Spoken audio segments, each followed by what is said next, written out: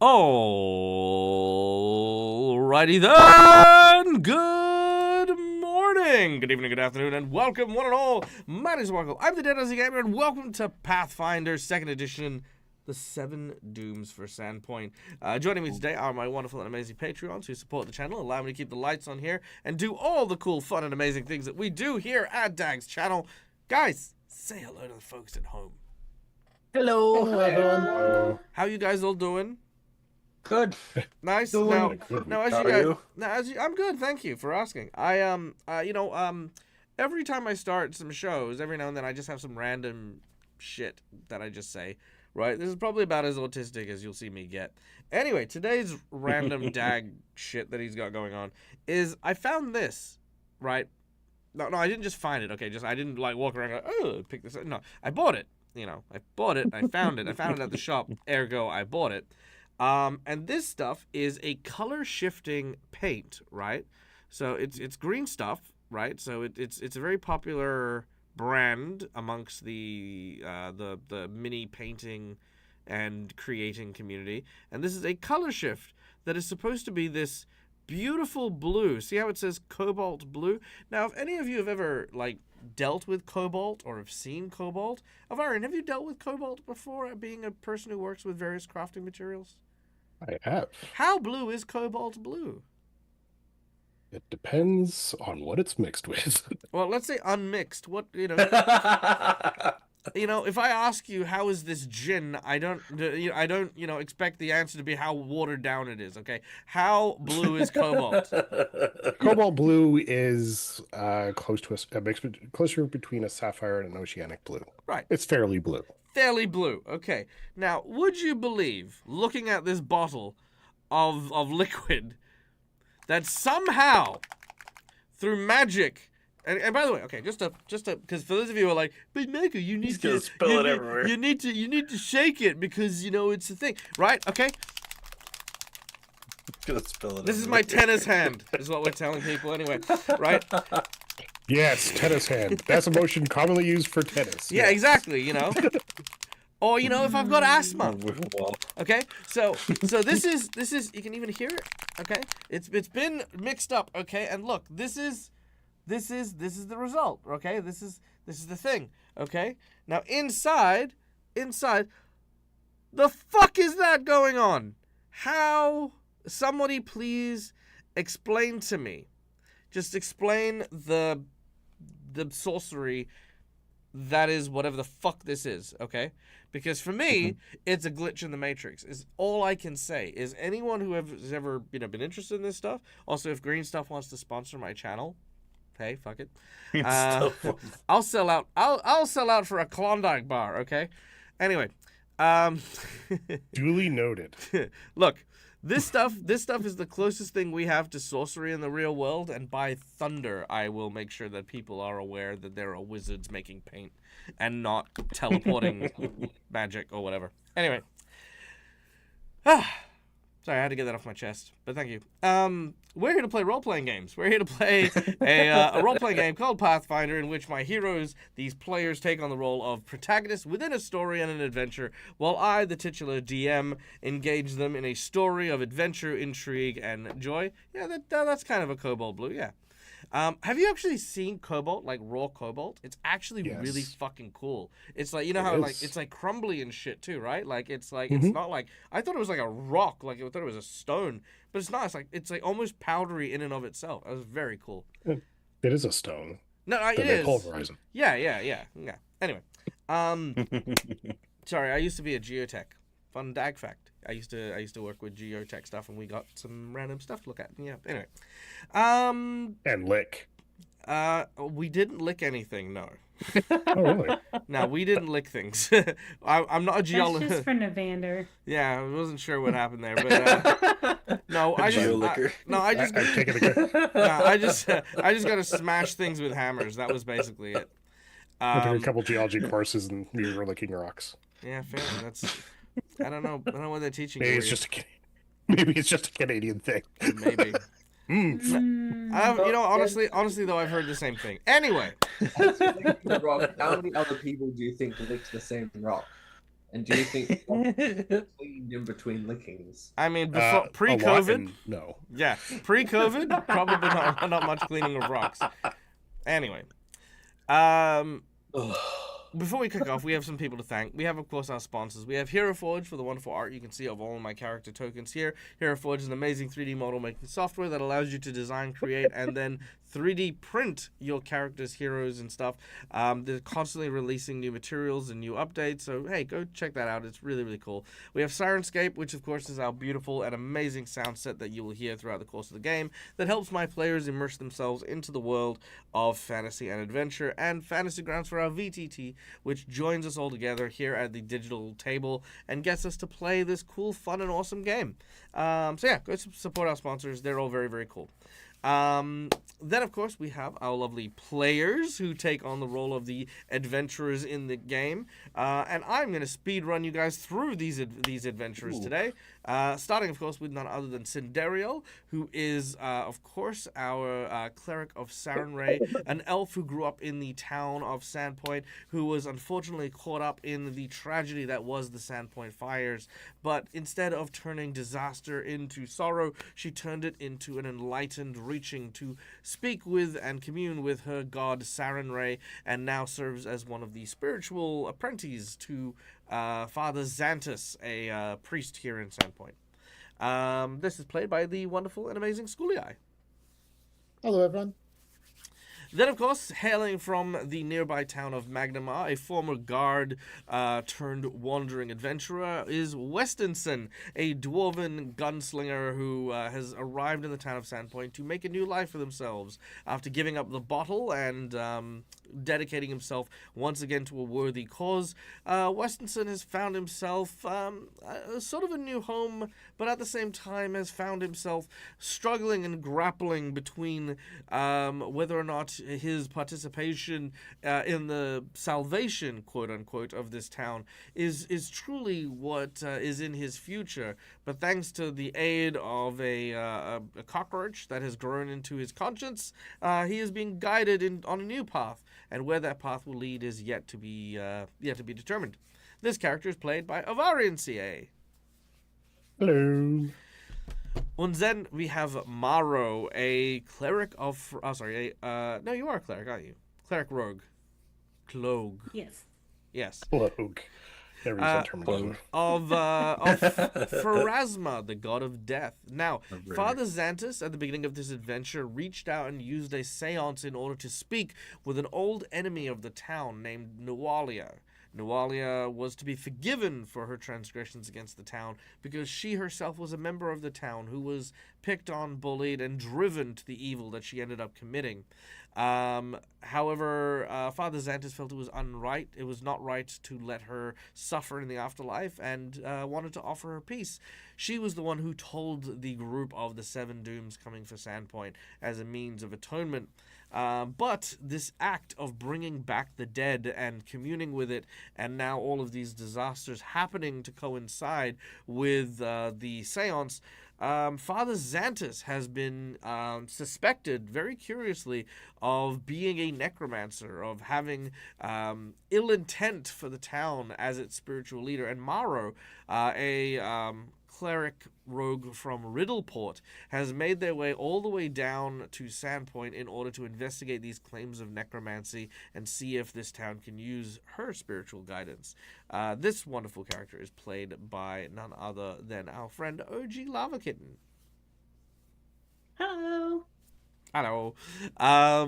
Also, Maro has, since arriving in town, realized that things aren't necessarily as black and white as they would like to appear, having already defiled the grave site of a member of the town. Basically being chased around and having to deal with the ghost of a serial killer who happens to still be in town as well. Just tons of stuff. This is bad juju, and Maro has found religious purpose to being here right now. Then, of course, we have, playing the role of Peyton, our town's troubled child, is none other than Neil from Immersion Diversion. Peyton is a character who has grown up as part of this town, basically like a troublemaker, somebody who worked at the bar for a little while. For some reason, he has always been interested in his childhood sweetheart, a herbologist by the name of Misha, who, through the course of the adventure, was murdered by the ghost formerly mentioned. But Peyton made a deal with an enigmatic person, I use that in inverted commas, known as the Undertaker, in order to bind his life and his soul to that of Misha. And gave them a second chance at life. But what repercussions yet to follow with this deal made, this pact with a supposed gravedigger?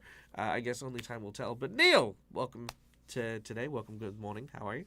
I'm good. I'm back. I wasn't here last week. You weren't, and we're happy to have you back. Yeah, my sister's all married and everything is good. Yay! W's in chat for Neil's sister's wedding. Yay! My brother-in-law threw out his back and he had to go on the afterwards. They're not doing their honeymoon until March, but they went up to Duluth, and which is like an hour away from here, just for like a night. And he threw out his back. Lifting a heavy cooler nonetheless. It was crazy. Okay. Yeah. Yeah, that's. Whoa! I'm glad we got that cleared up. I'm like, damn, lucky woman. He got a herniated disc in his spine. Damn, that sucks. Yeah, that does suck. He's out for 6 weeks from work, and then he's got to recover for 6 months. So we need to talk to you about tone, Neil. I mean, what you're saying, what you're saying, it sounds like it should be sad and concerning, but it sounds like you're wedding. Yeah, but it sounds like you're setting up the punchline of a joke. Like, so there my brother was in agony. Completely ruined their wedding night because his back was fucked. And they had to delay all their plans for the foreseeable future. Oh, and he's firing blanks. So they'll never have kids. What the fuck, Neil? Like, Jesus Christ. You made it sound way worse than I was making. I'm just saying! Your sister doesn't watch this, otherwise you're gonna get an earful. Man, She doesn't. Yeah. Lucky for They you. currently go to the TV. Now starts the quest to find Neil's sister and send her a link to the VOD. All right. Give it. Okay, so first of all, I just want to say real quick, before we get to our last player intro, Sil Ardens, hi, looking forward to the shenanigans, even if I'm jumping in the middle. Sai, let me tell you something. I'm going to call you Sai because I don't know, like, what you maybe like to be called Arden. I mean, I don't know. We'll figure this out. But welcome to the channel. Welcome to the show. My name's Dag. Just to quickly give you a quick rundown of the people you may have missed before coming in. Cinderio, Cleric of Sanray, God of Healing and Fire. She's very, very reliable, very, very much orientated towards keeping the group alive and happy. We have Westonson, who is a Dwarven Gunslinger, played by Avarian. The Dwarven Gunslinger, he's got a lot of demons to deal with, but he's doing his best to stay sharp-witted and together. We have Maro, who is a cleric rogue of Pharasma, goddess of death, and they're unsure because they're just learning that life is not just black and white, and that the players are doing bad things for good reasons, but those reasons sometimes don't coincide with their religious beliefs, such as burying things in graves and stuff like that. So, there's that. Peyton is the town troublemaking child, played by our group's troublemaking child. So that's Neil. There's there. Oh, and that's Schoolie Eye, by the way. I didn't say that was Schoolie Eye, but that is Schoolie Eye, and that's John over there who's playing Weston. That's OG Lava Kitten. And last person on our list is none other than Matt from All Things Fantasy, who plays the role of Navander, our group's ranger and Sable Company Marine, a hippogriff riding person who focuses on survival and wants to protect the town that is very near and dear to his wife, an elven ranger named Shalelu, who unfortunately at the beginning of this campaign suffered a lobotomy at the hands of a bugbear who had a bone to pick with her. and Navander has become a little bit soured by the experience, but is hopeful that by returning to Hook Mountain and the home of the Black Arrows, that she may be able to gain some help there from her father and the people over there as well. So Navander patiently waits in the town of Sandpoint for word back while trying to protect her home and the places that she held dear. So that is Matt's character. So yeah, and of course not joining us today is Titus, who is a champion of Shaylin. I'm just gonna kind of put him. Oh, well, there ish. Just over there. But yes, we have Sean, who is unfortunately unavailable due to his moving and internet problems and stuff. But we hope to see him back at some point or another. So yeah.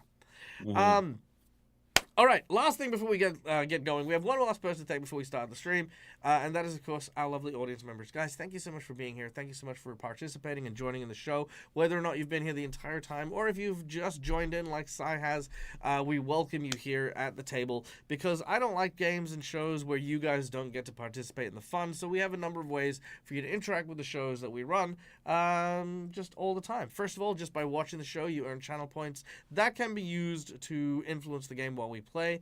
You just watch the show and you can do things like inspiration, wandering monsters, wandering bosses, divine intervention, divine healing, and so much more. Plus, if you guys have any suggestions and stuff like that, just talk in chat. We're all reading it. Also, if you have any questions, and this goes into to things, if you have any questions about what's happening in the action or what's happening in the adventure, I am more than happy to throw out some exposition as well if people start getting lost. So don't hesitate to ask. Now, obviously, this is my living. This is how I make my bread. And if you want to help towards Dag's survival check for the month, there are a number of monetary donations that can go towards more tangible effects throughout the game. First of all, we have a $5 donation, which is either a red mark for the players or purple marks for me. These are hero points and jinx points. Hero points can be used to stave off death, petition the DM for stuff that isn't in the rules, or roll with advantage. Jinx points can be used to counteract hero points, make bad guys roll with advantage, or complicate things ever so slightly. For $10, I will draw from one of two decks of cards in front of me. The first deck is a deck of heroic actions, which gives a player of your choice a special power that they can use, plus a emergency hero point that they can use at any time.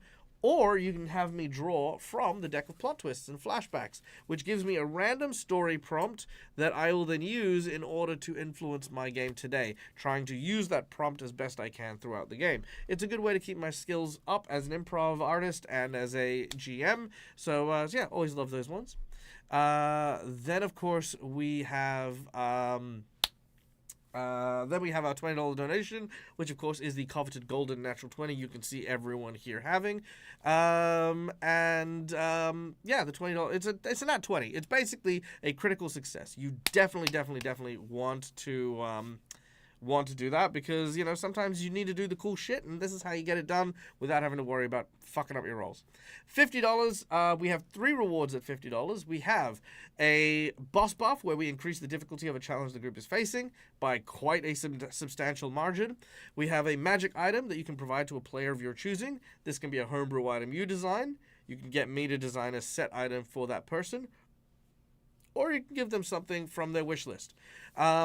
The third is a draw from the Harrow deck, which is an infamous fortune-telling Harrow deck. And by drawing one of the cards, I will read out a prophecy.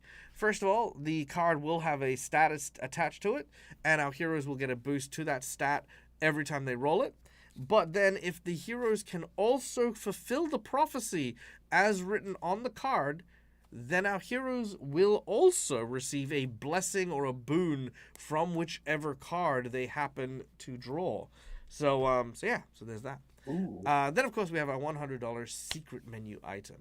The $100 secret menu item is going to be nice and fun here because I know that our heroes have been working on trying to hunt down the Chopper, the infamous ghostly serial killer as of recent. And I'm going to give my players a chance at exactly what they want. For the $100 secret menu item, the next victims of the Chopper will be not 1, not 2, not 3, but the entire Scarnetti bloodline. will be the next victims of the chopper. Basically, what you Like would the be entire. Oh. yeah, what you would basically be seeing is everyone who has any, and keeping in mind, I didn't say specifically the 3 Scarnetti you hate, but anyone who has the Scarnetti bloodline in town will have the ghost targeting them. It is a huge shift in the investigation and what's been going on and stuff like that, but that is the secret menu item for To clarify, is that the Scarnetti just in Sandpoint? yes. Okay. Just in But Sandpoint. But given how long they've been in town, there's probably quite a lot of breeding to the main town as well. And of course, illicit affairs, which of course also cycles back to bringing in our vigilante friend who is, tracking down infidelity. So, there's that too. All right. Are we good? We got everything? There was a plot twist that came in. Ah, yes, the plot twist. That was from Mal, wasn't it? Yes. Mal, thank you so much, you lovely, wonderful, and amazing human being. Thank you so much. You want to save the Scarnetti cookie? If you want to save the Scarnetti, I mean, you can. I don't, don't donate. That's all that comes down to. All right. Mal, would you like me to draw a card? Pick 1 to 3. Pick a number 1 to 5 from the top, or say the word random, and I will pick from randomly in the middle of the deck as we go. All right. So I'm just giving that a quick shuffle as we wait for Mal's response, which of course takes a little bit of time because there's a little bit of a delay. Random. Okay, here we go. And I see you. You're going to be the card here. I feel it. I feel it in my bones. Boom! The path least traveled is our plot twist. The path least traveled. Interesting. Okay. The fuck am I going to do with that? Okay, let's do it. we can make it. Okay. The ones on the Pirate Islands gone as well. So all the Scarnetti. Every Scarnetti. All right. Okay. Guys, you ready? Hell yeah. Yep. Okay. Sure. Then, in lieu of a recap, we start today's session amidst a raucous celebration. Hopefully. Oh, please. No.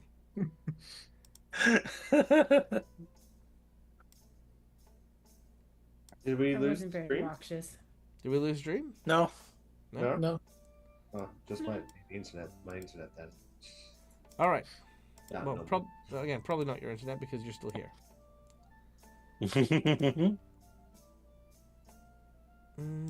I want more. I want more. Sorry, 1 second. Give me something better.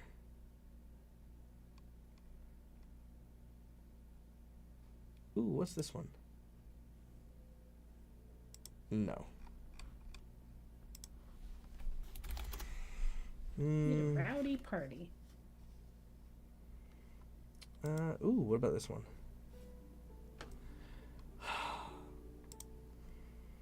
I just want rowdy bards. Is that too much to ask? Yep. Oh, here we go. What about this one?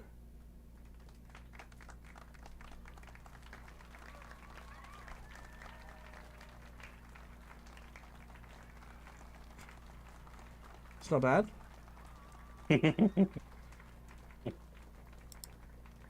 You know,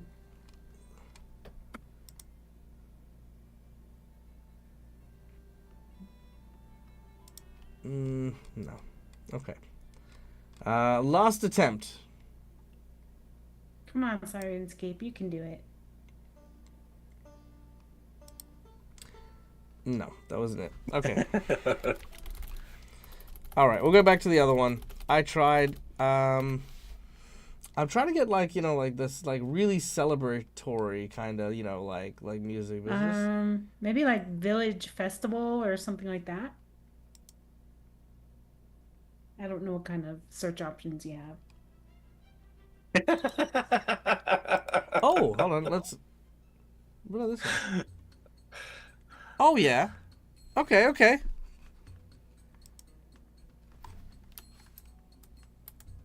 I dig this. All right. So, our story begins with the streets lined with people as the town of Sandpoint is roaring, cheering, applauding. You could see people throwing out banners and confetti as our heroes are returning. Traveling with them on a wagon that currently has what looks to be the corpse of a large winged horse with a reptilian tail and fangs lining its maw. The infamous Sandpoint Devil has been slain. Our heroes victoriously having chased it down after last night's panic where people saw the beast flying through the sky, pursued by none other than their champion, the one who is probably being celebrated the most presently, and that is, of course, the Sable Company Marine who had been serving in their town quietly. Navander, there are so many cheers for you as you are making your way through the streets. Now, the previous night after you had slain the Sandpoint Devil, you of course harvested and gathered as much of the materials as you possibly could. But of course, to transport those materials back and across is something you required a little bit more heavy carrying to do. So, returning to town, informing people what had happened is how you ended up getting the wagon and why everyone in town knows what is happening. The rumors spread like wildfire and everyone is congratulating you. Even people you don't know, Mara, or from all around are now just like, like talking so big and just, you're just admiring everything you're doing as you are making your way into town. Westonson, you see people like some of the drunks from the tavern who recognize you. I threw that guy out of my bar once. Yeah! As they're just cheering and like celebrating you. As your wagon makes its way towards the center of town, outside of the church of Sandpoint, Father Xantus is kind of there watching the crowds and stuff.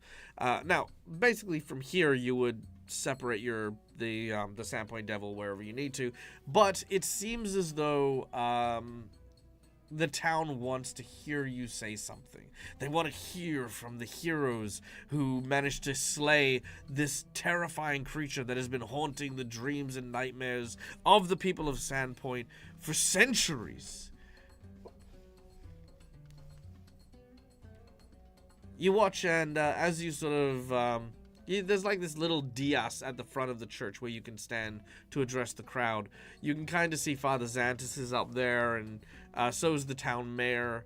And of course, amongst the crowd, you notice the Scarnettis, who are like sort of glowering at you as they're like, yes.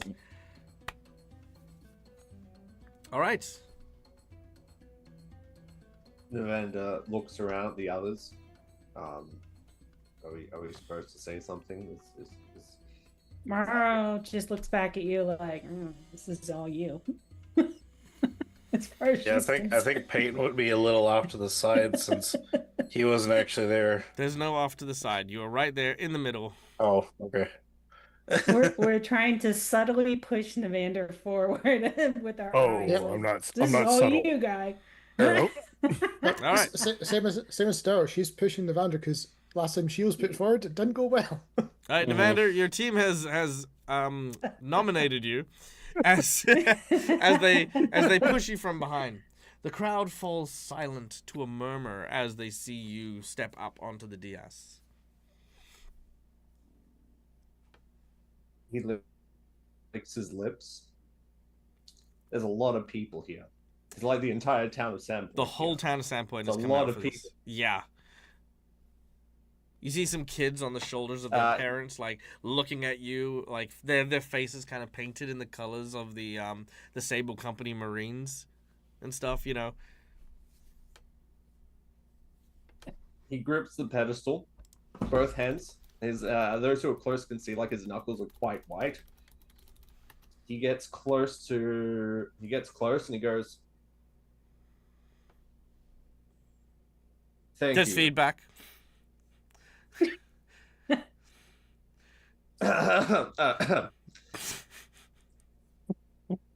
Thank you, everyone, for being here and celebrating the release of Sandpoint from the Sandpoint Devil.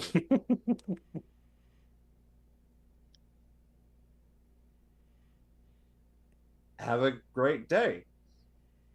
And then he'll step back. Yeah! And once again, there's like a huge roaring cheer as people are applauding. You know, the town of Sandpoint is now free of the Sandpoint Devil. As everyone again you know, celebrates and comes around, you see some of the people and some of the kids are like looking at the, again, still carved up pieces of the Sandpoint Devil, but there's still bits that are like, you know, they can see its skull, they can see its fangs. It is very clear that this beast was not an easy fight. Nevada comes back, his face is like covered in sweat. That was the scariest thing I've done today. Put my hand on his shoulder. You did good. You need a drink, though, and I'm going to hand him a drink. You got a better response than the last speech I had to give in front of the town.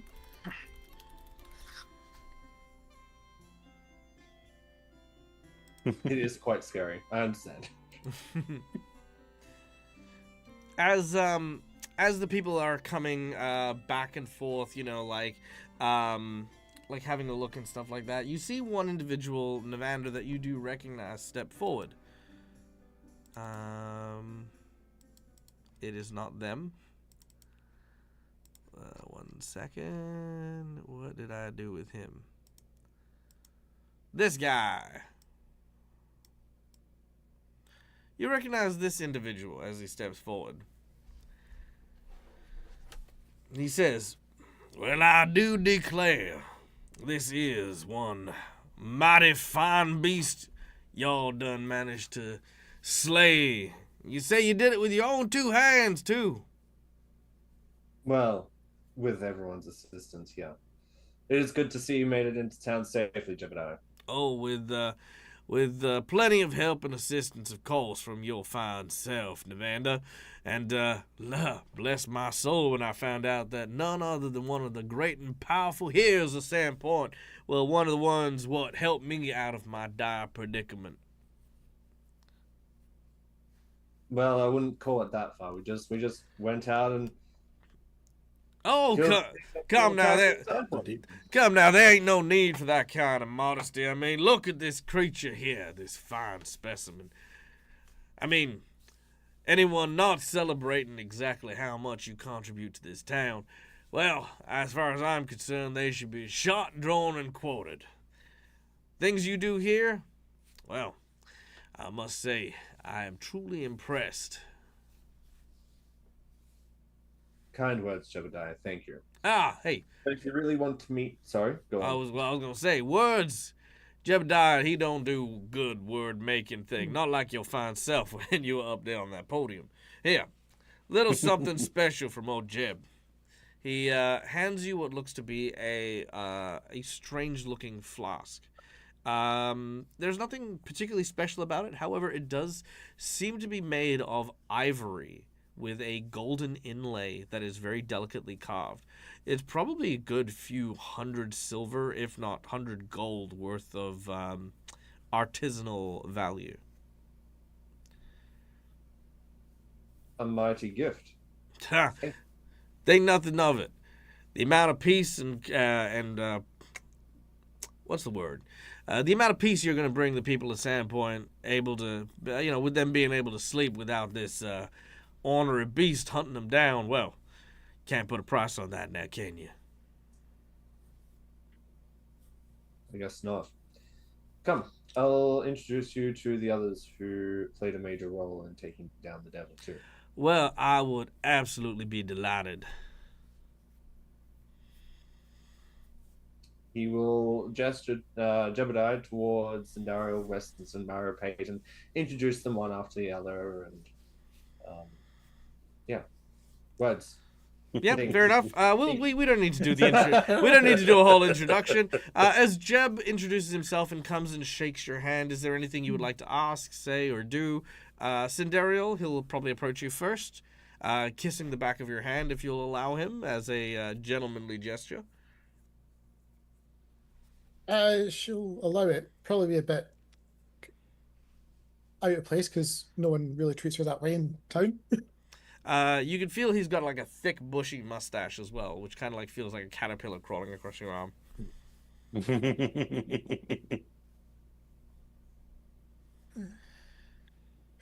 What a pleasure. Well, no, the pleasure's all mine, darling. And I must say, I've heard much about the worshippers of Siren Ray here in town, and, well, I must say, fire and second chances definitely run hand in hand here in this town. Yeah. Certainly is a bit of a theme with some of the history of this town. Mm-hmm. Well, although, wish it wasn't at the times. Oh, I'm sure, but I'm glad that despite all of that, they still managed to have you helping them out here. He goes over and gives Westonson a firm handshake, a nice strong grip. I return the favor. He's like, it's a mighty grip on you there, sir. Definitely a military man. My daddy was a military man, you know. Good to hear. He says, so where'd you serve? Well, I started off serving as a junior guardsman, and I start listing in like chronological order. Every time I moved up a rank from junior guard to moderate guard, caravan guard. Then we had this encounter and we moved back to moderate, then I got moved out to a post, moved over to here, got used to moving around. So then he listens to every single one of them and says, one thing I am hearing as a sign is that you sound like you haven't been appreciated for the kind of work you do there, Westonson. Must say, I thought you'd be running your own town by now, sheriff or captain of the guard. You've got the makings of sterner stuff than some of them titles. I appreciate you saying. Oh, don't appreciate it. Don't appreciate it. The only thing you need to know is, and he sort of turns your hand to the back where you can kind of see the calluses, and he goes, trust me, my daddy taught me how to recognize someone who knows hard work. And these burns and these scratches and stuff, they ain't just the mark of a man who knows how to handle a gun. And he's like pointing at some of the alchemical burns and like stuff that you use when you're doing your crafting. You can tell this guy appreciates that you go above and beyond for you don't just shoot things. You are a lot more than that. And you can kind of see he recognizes that. I'll start talking about the burns. He will. That's what it's costing. He will listen to a degree, and he says, "You know what? I'll tell you what, Westonson. How about this? You find yourself, some time for a nightcap. You come visit me. I'm gonna be staying at the Rusty Dragon, and I'd love to hear much more about your tinkering and your alchemicals." I'll greatly appreciate that, and let me take up the offer. I've given up the bottle in my recent days, so maybe just water with some mint. Look, not a worry. I've got a few delicious recipes I picked up while I was traveling around the south side of Garund, and there's some very, very fine. Have you ever heard of coffee? Yes, I have. Well, I start talking about bean roasting and Western coffee. He just says, then join me then be sure to join me for a nice nightcap later on, and I'll show you some of the collection I brought with me to town. I look forward to it. He'll then again approach Morrow. Looking at Morrow, you can tell that he can kind of like, what's Morrow's demeanor as he approaches? She's very reserved. She is a kind of a standoffish person.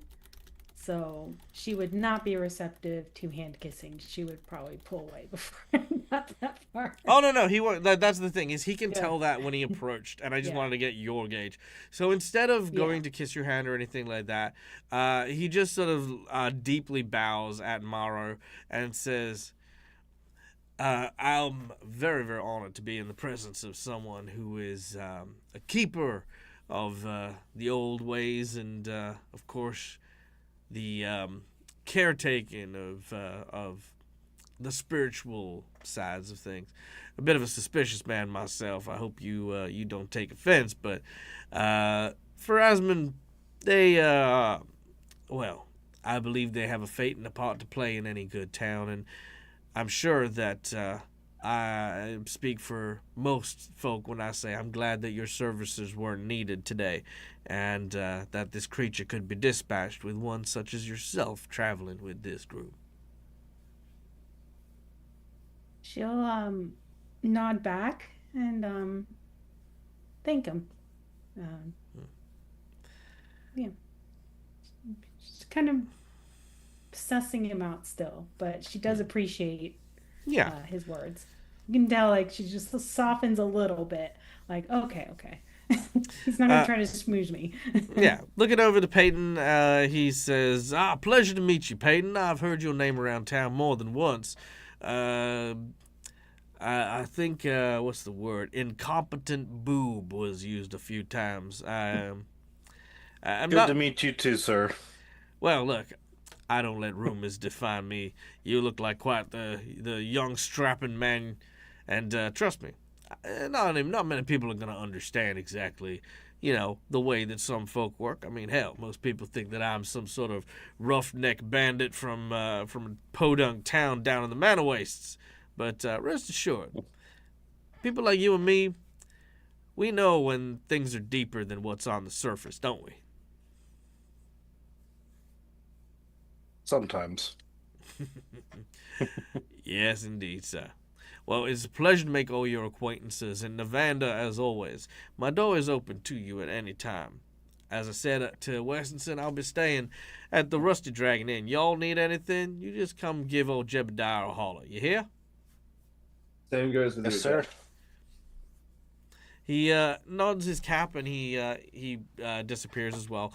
Now, we're just going to fast forward through this next bit, but the townsfolk do just, one after the other, start just asking you questions about what happened, like how scary was it, and, how much you tell and how much you don't is entirely up to you guys, but I'm going to say that everyone's got their own version of the story. Now, Peyton, as for you, having chased after them and stuff like that, you kind of feel a little disappointed that you couldn't catch back up with the Sandpoint Devil for the kill.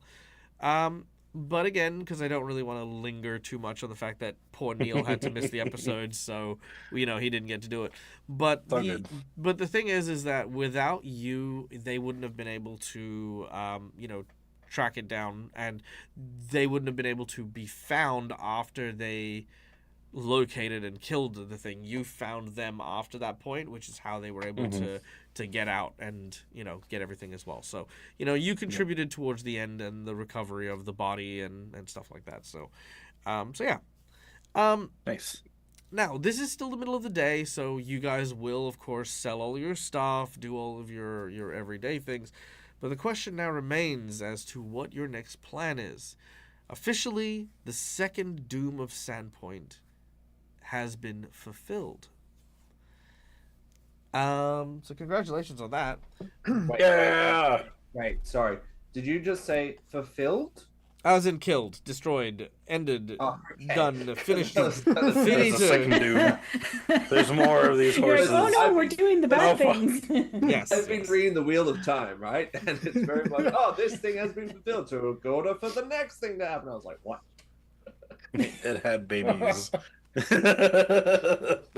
All right. So the question is, what would you like to do at this point? I know as soon as Morrow can get away from the crowds. Oh, the She's, crowd will part for sure. Yeah, like, she's like I said, like, they'll. oh, good. That's intense. Well,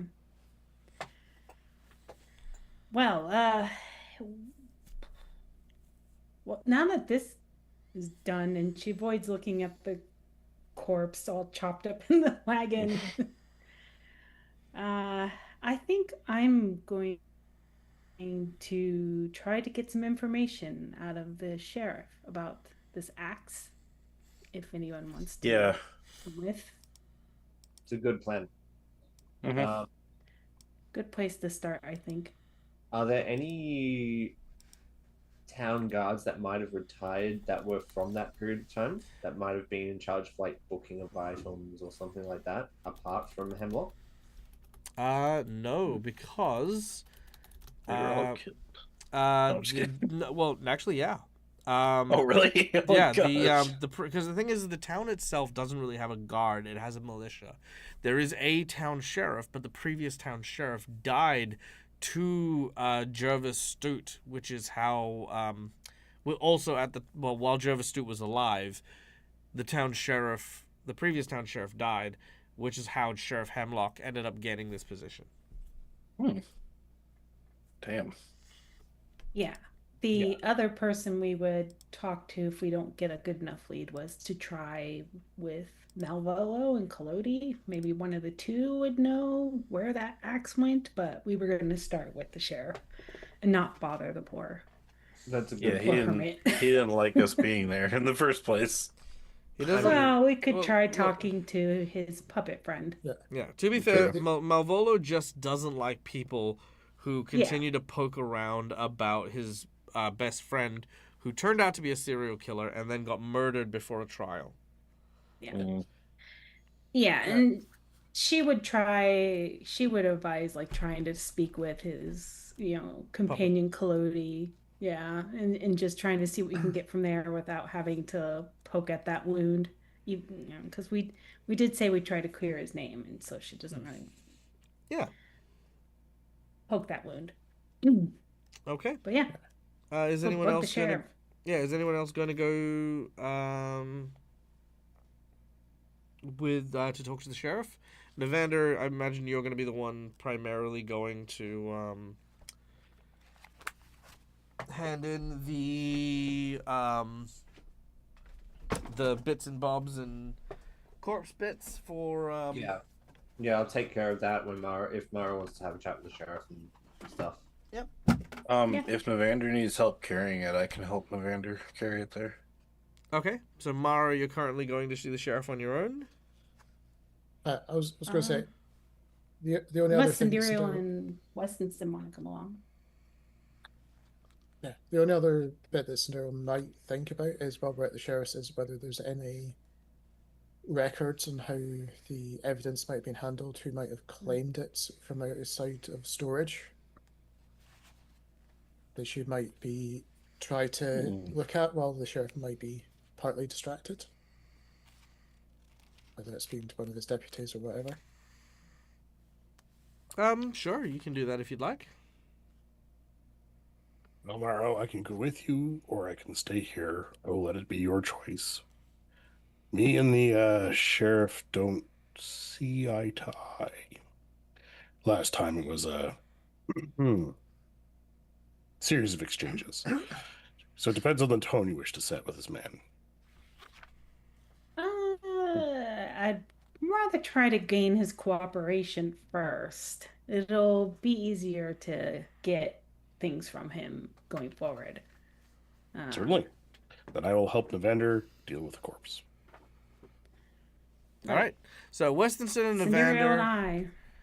So Westinson, Navander, and Peyton are off to the market to sell off the pieces of the Sandpoint Devil. Now, again, you will get the agreed upon amount that we discussed previously. The skeleton and those remains can be cleaned up and donated to the university, so that they can replace their taxidermied ripoff with a cool display to show the actual Sandpoint Devil. Sindariel and Morrow. You make your way to the garrison, where sure enough, upon entering, you can indeed find Sheriff Hemlock. Sindariel, you use this opportunity to sort of sequester yourself away. There is no one in the garrison presently. But by the way, I did lie. There is predominantly a militia presence, but according to this book that I have, Sandpoint. According to this book I have, there is a total of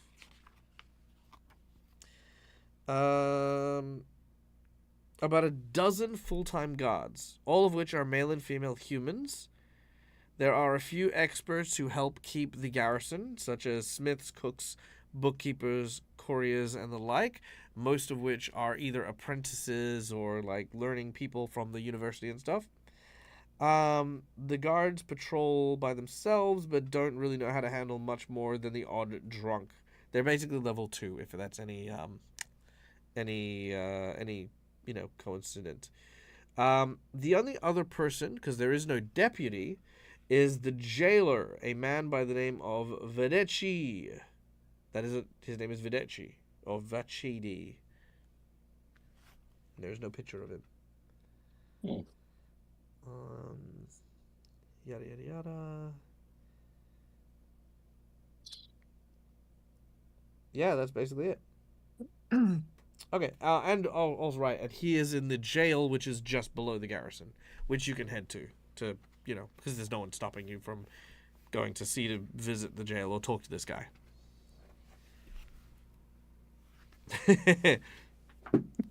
Okay. No, I just read the spaghetti western comment. That was funny. Yeah. Okay. Now, as you make your way in, Mara, we'll start with you. Sheriff Hemlock is busy talking to a couple of the guards, basically saying that, congratulating the guards on keeping order during the parade in the town. They tell them to just keep an eye on things and make sure that the patrol that is currently out in the town stays vigilant. We don't know how far the celebrations may end up turning, and they may end up celebrating too hard, and we might have a drunk fall into the docks and stuff like that. So just keep an eye out. As he sees you enter, he excuses the other guards and he says, "Please come in. I've been expecting you." Oh. Well, that's fortunate for me. As you know, we're still trying to help take care of that serial killer problem.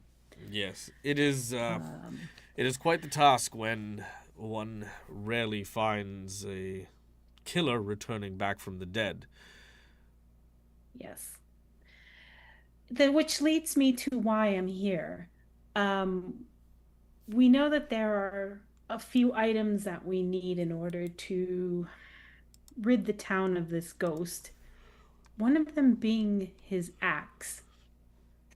And we were wondering if you know whatever became of the axe. That accursed thing. I remember it all too clearly. You don't need to worry about the axe.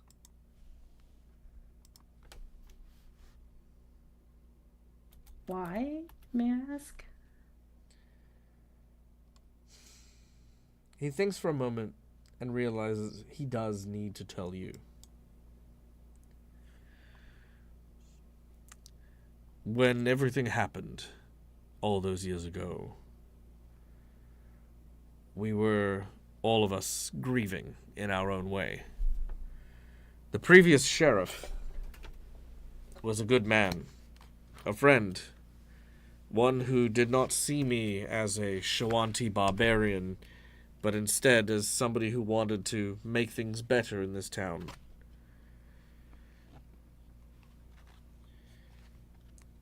His name was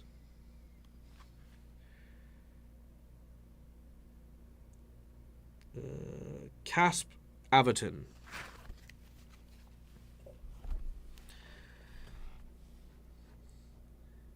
What the chopper did to him was gruesome, a fate I don't wish upon anyone. After Jervis was stopped, I made my way over to his home over on Chopper Isle. When I got into his home, what I saw there would change me forever. The evil that lurks within certain people is something that, thankfully, only few have ever had to experience. The sheer depravity of what I found in his home will stay with me to the end of my days. But worse was that accursed axe. Something that is not well known was that Jervis was found not when he was on a killing spree, but after our investigation pointed directions towards him. The guards confronted him, only to have him turn the hatchet he used simply for his carvings and his woodwork on the gods themselves, which is what killed my predecessor. But the axe he had used to commit all of those atrocities, all of those murders, that was in his house. I don't know how to describe it, but I could tell, just from looking at it, just how much blood and death came from that accursed thing. You may not believe me. You may find what I'm about to say absurd. But no one wanted any remnants of Jervis and his killing spree to remain in the town.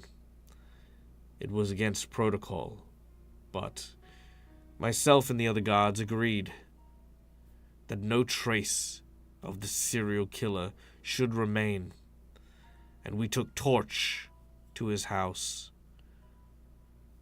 But time and time again, every fire that was lit, every parchment, every piece that was burnt, seemed warded, guarded, protected by something.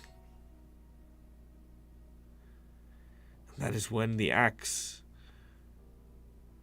it fell from its landing and cut into the shoulder of one of my guards. We turned and we fled. I thought perhaps it was just an accident. Perhaps the wood was simply wet because Chopper Isle was besieged by the weather that salted and watered the foundations of the very building. I couldn't explain it. But I don't ever forget that accursed axe that reeked of death.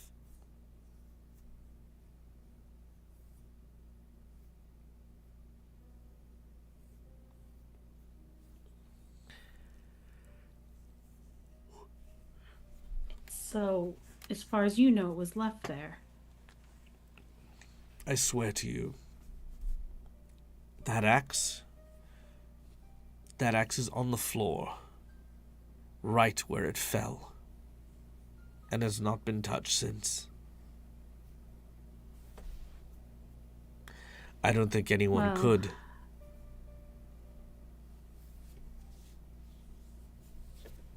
You've been very honest with me, so I'll be honest with you. I went out to his house, hoping to find clues as to who had what we thought at the time was a copycat, and found the altar beneath the house, and I took care of that. But the axe is not there. You see a look of Someone's alarm that sort taken of it. washes over his face as he says that. He says, "The Isle is off limits, but given the circumstances and your profession, I don't see any harm in having someone attempt to exorcise the restless spirits that are there. But if you say the axe is gone, then it must be found. I will have my guards keep an eye out and try to search as best they can without causing too much alarm."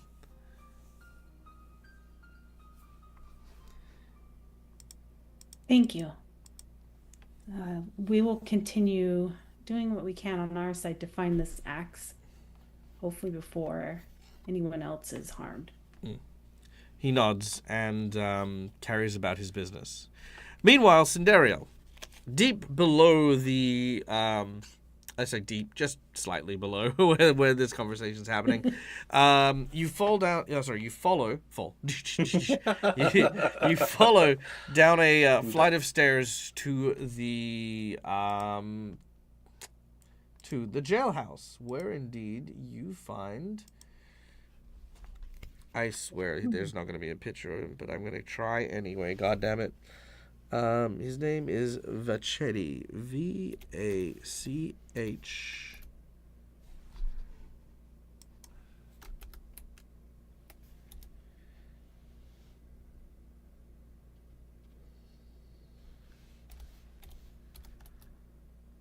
No picture for there. So let's go with.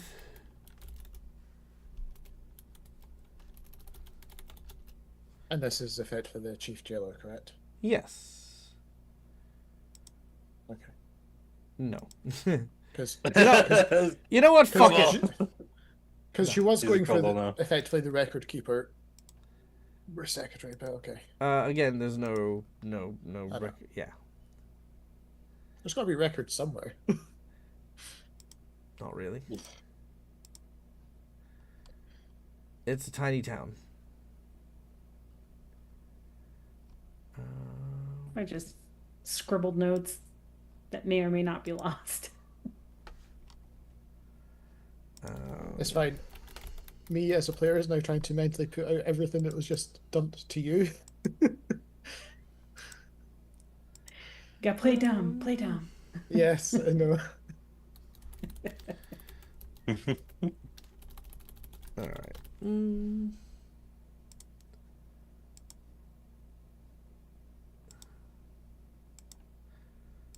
Give me a person. Thank you. There we go. This guy. This guy looks pretty freaking sick. All right. All right. You come down and you see this individual. Now, again, as far as records go, this individual is probably going to be the closest thing you would find. Mostly because, again, there's no secretary. The town is not big enough or active enough for, that kind of thing. As you head down, this rather veteran-looking soldier with a cudgel seems to be reading a Pathfinder chronicle about the day's events. "Well, if I didn't know better, I'd say that be young Cinderio come to pay me a visit. Now, often you find yourself down here. You in trouble, young'un?" Me? Never. Mm-hmm. Just be glad I'm not here to take Peyton out the cells again. Oh, I swear, that boy spends so much time in here, I feel like he should maybe just decorate it. Get some posters up on the walls there. Get his favorite pillow set up.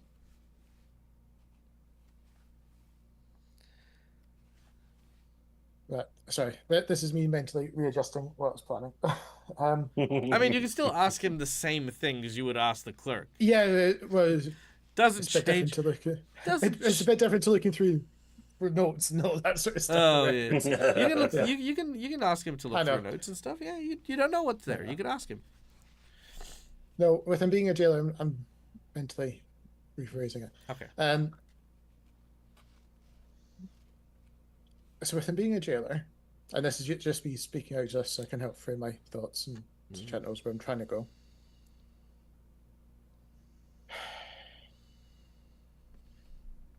Oh,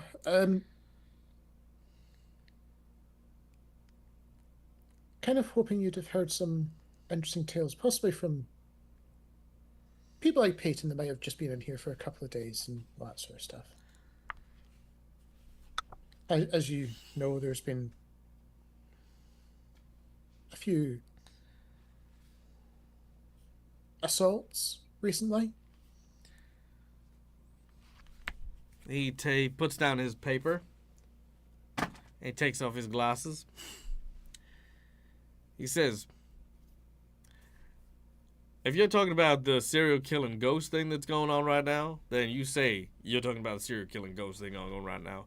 I'm too old to be playing games. You have something you want to ask? You ask away.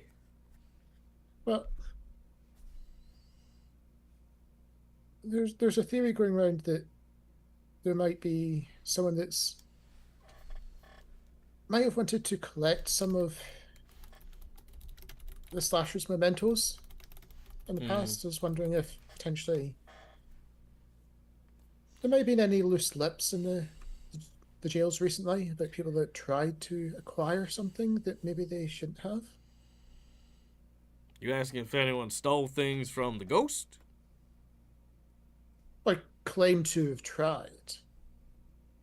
They might have got scared off. To have tried to claim things from the ghost. Oh, you mean folk that done be stupid enough to go over to Chopper Island and try and, take something what ain't theirs. Look, I think that's let me just say this. If anyone worth their salt tries to go over to Chopper Island, they got a death wish.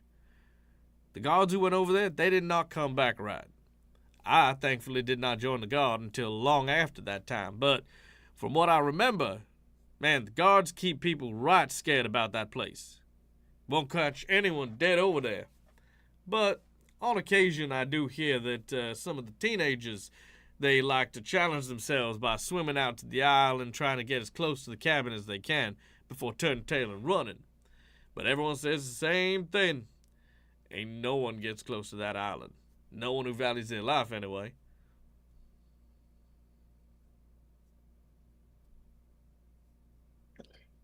Imagine there's always the one that claims a bit more that might have come in here. Maybe a little bit on the drunk and inebriated side, as always. Well, trust me, anyone that gets that drunk ain't gonna be swimming out to the island and getting locked up. Anyone that drunk likely gonna get swept out to sea.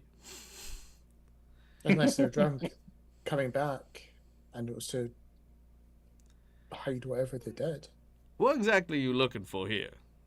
I mean, scenario, look, it sounds to me like you're trying to investigate what's going on here, and I respect that. We don't really have many detectives and the like. But you want to chase down leads, you start by knowing exactly what questions you need to ask. You can't just go around, walk in the middle of town and tell folk, hey, you hear anything about some missing doodads and whatnots? You can't just throw things at the dartboard. Use what you know in order to hone your investigation down. So what do you know already? Someone's likely taking the axe from the island. All right. Someone's taking the axe from the island. That ain't good. That ain't good. Okay? Now, if someone takes an axe like that from the island, it's got to be someone with at least some measure of understanding that, the axe was there. Or at least has some sort of attachment to it or to Jarvis. So who do you know that potentially has this? At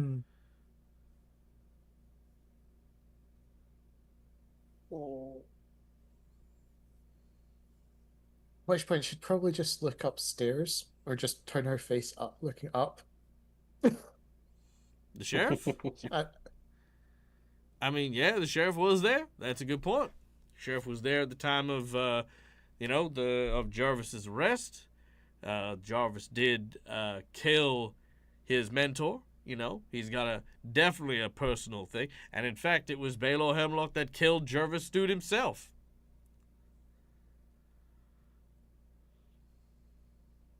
Huh.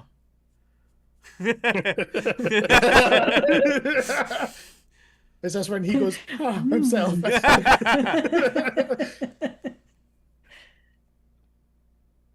Hmm. And this is where, because obviously she's very naive in terms of this whole trying to investigate, which is why she's basically getting a knowledge lesson on how to investigate Yeah. from a guard. Yeah. How do you investigate? I mean, honestly, this guy was not designed to be this, right? Literally, I just kept going through all my pictures until I found one, and I'm like, fuck, why does this guy give me, like, wise old black man vibes? Like, I'm just like, fuck, okay, yeah. He's gonna guide you. Yes. He's gonna Yeah. tell you the stories. He's gonna, help you out. I like him. He's cool. Yep. Best jailer. Give him a name. He's gonna be He popular. has a name. He has a name. He does. He has a name. His name is. Wachetti. That's Was something, it is something like that, actually. It's something beginning with V. It is. Yeah, Vachetti. Yeah, you're right. Vachedi. Vachetti. Pachetti. Yeah. ADI. Okay. We put T. Yeah. After the Snow just like, but part of me doesn't want it to be that. There's got to be someone else.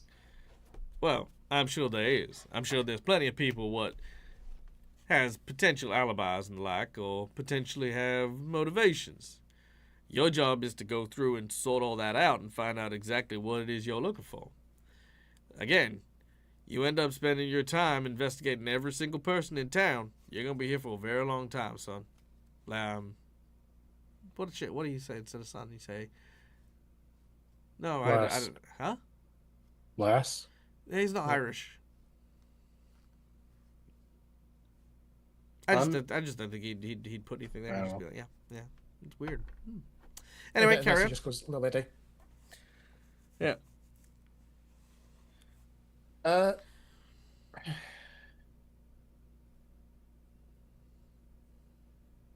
now I'm drawing a blank. So it's a conversation. All right. With the conversation reaching its end, you realize you have a lot to think about and excuse yourself and head back up the stairs around the time that Maro has finished with their conversation. Sindariel, do you share your thoughts with Maro in regards to what had been pointed out? Only when we're outside the Sure. station. Not a problem. As for our other three gentlemen, you guys have gone to the stores and you have taken away quite a bit. Navander, you still after a trophy, I believe. Yes. Okay, what trophy would you like to take? Well, I wouldn't like the head, but if I'm donating the majority of it to the thing, I'd probably have like a like a fur head created in the image of it. Oh, yep, they can do that for you. Yeah, absolutely. Yep, they can do that for you. Let me make a quick craft check here just to see how good a quality it is. It's pretty good quality. It is definitely good. And what they'll do is they'll actually use some of the real hair and fur to do it as well. So, it is still part of the real creature that they've turned into a headboard plaque for you. And he'll also go to like a magic weaponsmith or something to get a bit of burn. Sure, not a problem. You take it upon yourself to go do a little bit of shopping, gather some supplies and things before making your way back to your home. Now, again, the rest of the day is still for you guys to use. I imagine that at some point or another you guys will gather around to share what Sindariel and Maro had investigated. Yeah. Probably over a coffee by this point, because we didn't exactly sleep well last night either. Yeah. If you want, you can go and have a coffee at the Red Dragon, Rusty Dragon Inn. Yeah. Yeah. Sure. Yeah, sure. Maro's Go. We can see our dragon friend again. Oh no, I forgot. Was the fortune dragon staying at there? She is. Yeah. Or was she living at the? Okay. Yeah. Yep. All right. You head over there, and sure enough, you see a very attractive-looking woman who is, of course, the Fortune Dragon, serving tables as you arrive. Basically, they've integrated into the town a little bit. You can see that the old halfling woman who now runs the tavern, a woman by the name of. What the hell was her Quite a name? career shift for this dragon, because she was going to run the glassworks factory at one point. Yeah, no, she is. Yeah, I was going to say she owned that. I thought she was staying here at No, the... she lives at the other way around. She lives at the glasswork, which is empty and clear, because it's big enough for her to be a dragon and just chill out by big fire.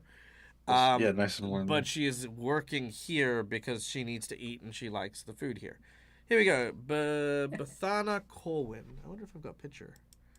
Actually, I probably should now that I have unlocked the thing. Bethana. There we go. Bethana Colwyn. There we go. Look at this. Isn't she lovely? All right.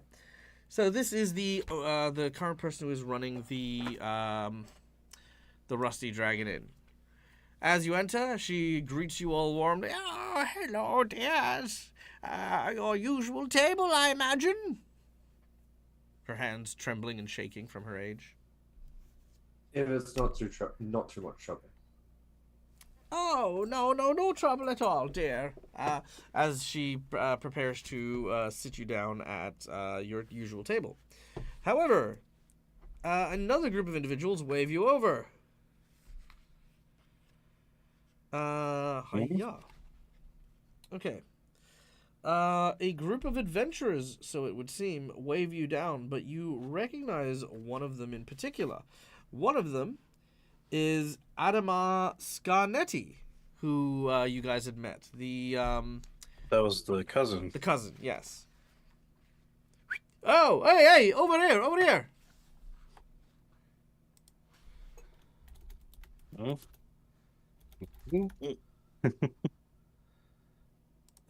This guy. Morrow just quietly says, watch your drinks around him. Okay. She doesn't explain. She just... Well, do you approach? Do you go over to their chair? I will look for the other fellow instead. Oh, you're looking for Jebediah? Yeah. All right. One moment. Okay. Jebediah is not here presently. Because it is the afternoon. He's still likely just getting set up. Okay, so we have 1 second. We have Caleb. Little Adamar. Chiltus.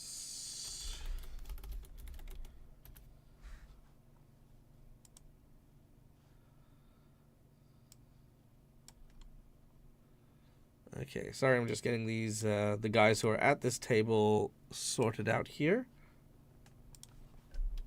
Worries? Sorry. Said no worries. Yep. There we go.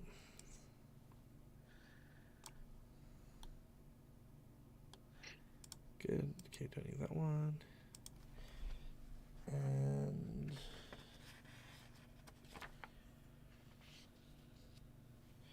Akira.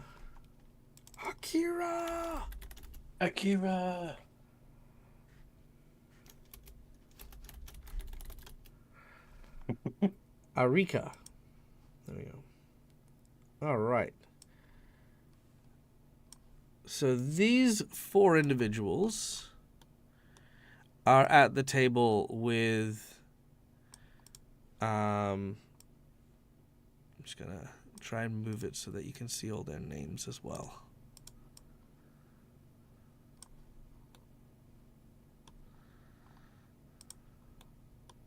There we go. Ah, perfect. There you go. You can see all their names.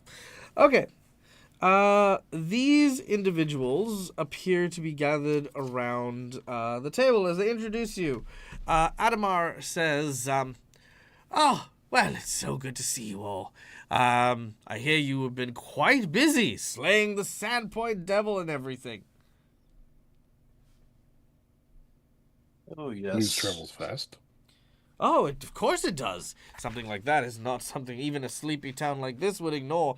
Oh, you've done some incredible work, flying through the sky, massive battles. It's truly the stuff of legends. Yes. Yes. Um, who are your companions? Well, Adam was like, yeah. Mara's like, I guess I should be friendly-ish. where are my manners? Allow me to introduce to you the other members of my my troop. We have Curtis Jeed over here. Curtis is a quite a broad and strong-looking dude with lots of like calluses and scars over his body. You can tell he's kind of like a rough, thuggy sort, very much similar to like Peyton in a lot of ways. Then and of course we have Arica Averton, who kind of looks quite young. Seems a little unsure of themselves, but pretty much looks at you guys like, you know, like your heroes, basically.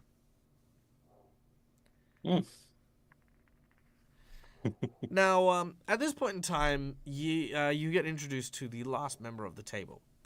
Now, not quite a member of our group, but somebody who I really want to introduce you to is our sponsor, Caleb Valdemar. Now, you know the name Valdemar. Valdemar is a very influential individual, a dark-haired Varisian man with a dusky complex. His beard and mustache are very well trimmed and dresses in bright colors. You know this individual as one of the like sort of big merchants and traders that go in and out of town. He says, "Please, won't you join me?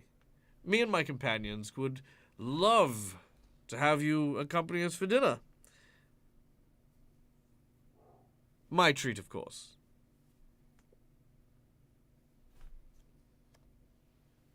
Mara looks to the others because she's like, I don't really know most people here. Peyton's just like, oh my no. god, there's some important people at this table. At least one important person. He doesn't say that. He's just kind of thinking that to himself, but he looks like he's like, oh my god, what the heck is going on?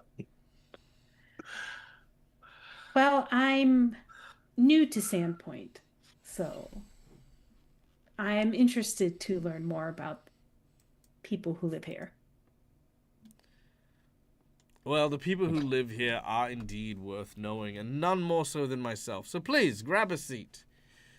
As several seats are brought to you by the Fortune Dragon, you sit around the table. There you can see Curtis is eagerly digging into a plate of cheese blossoms. Arica is morosely staring into a half-empty mug of raspberry mead. And you can definitely see that Adamar is sort of like, he's got like kind of that greasy, slimy sort of grin on his face, as if he's like, you know, like as if he's won some kind of prize. Caleb looks to you all with like a very, very astounding look and said, "Now I've heard quite the tale of your adventures. Not just the recent one involving the Sandpoint Devil, but your exploits down into the pit on a quest to defeat these 7 dooms that are coming to Sandpoint."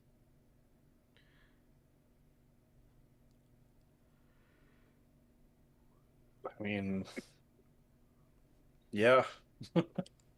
Oh, I would love to be recounted with some of the tales of what you've experienced down in the depths of the pit.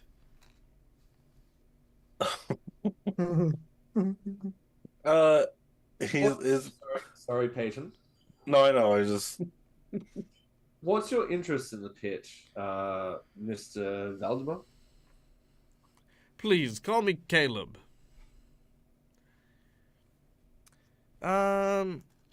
Roll a diplomacy check. Okay. Perception? Diplomacy. Yeah, that figures. Oh no! Listen, guys, I used all my luck up on Wednesday, all right? I have no more luck for the rest of the month. That's it. Use up your quota. You're done. Pretty much. Pretty Gotta much. squeeze it dry. Get it. He says,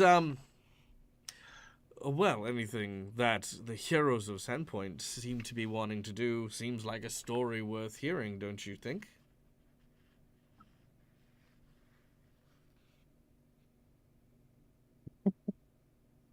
People keep calling us the heroes of Sandpoint, though I don't think we quite have earned that title. Oh, no? Heroes of Sandpoint were the ones who stopped Noalia the first time. We seem to just be the garbage crew cleaning up afterwards. Oh, Yeah, we please. still have 5 last points to make before we're heroes. Oh, please, don't sell yourselves short. After all, having already achieved so much, you have regardlessly dealt with one of the greatest enigmatic creatures that has been predating upon this entire land. I mean, I would hardly say that you aren't worthy of the title. And besides, if the town sees you as heroes, isn't that simply enough to be them? They'll probably see us as heroes for a little while before someone turns them against us again. And I look at Adamar. Adamar looks behind him. Like, there's something on my face? No, I think he got it. Oh, okay. You know, Adamar hasn't actually spread any rumors about you guys, right? I know, he's a Scarnetti. Oh, wow.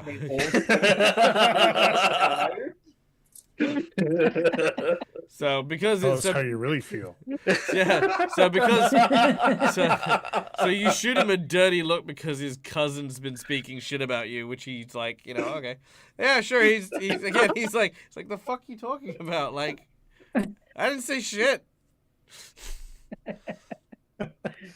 I invited you here to join us. Oh, you're right. I'm sorry. Fucking rude. I apologize. It's fine, whatever. Peyton, do Peyton. All right.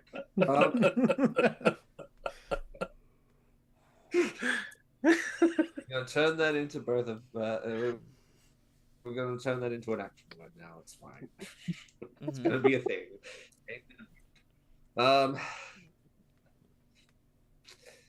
What have you heard about the pit so far, Caleb?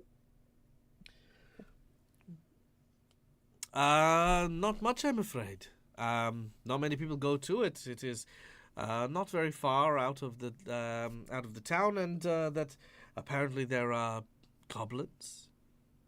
You see, it's a road that not many travel. In fact, a path not very well traveled. Therefore, I know very little about the pit, which is why I'm curious as to your adventures. They don't know nothing. They're just a bunch of talk. They are. He's right. People of this town, they shouldn't be calling them heroes. You should be calling them jokes. You watch as You're absolutely right. Adamar turns to Cheritus and is like, dude, yeah, just fucking chill, man. Like, yeah, why the hell should I? They're saying it right down themselves. They're not heroes, and I don't think they are either. I don't believe they've even been to the pit. Eats more cheese. Maro hasn't, so she doesn't say anything. Yeah, Arika is like still very like much nursing her raspberry mead, as Caleb like very quickly tries to change the subject. Look, it's I'm sure it's fine. Look, hero means so many different things, and you know whether or not you've been to the pits, that's not what makes you heroes. Returning with the body of the Sandpoint devil, if that's what it really is. returning with the body of the Sandpoint Devil is a wonderful accomplishment.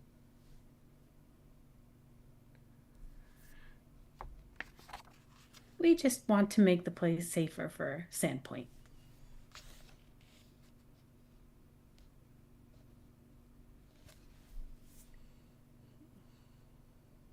Because she's like, how are these people less talkative than I am? Poor Morrow. She's like, why aren't you guys speaking? The vendor scratches his beard as he examines the four of them.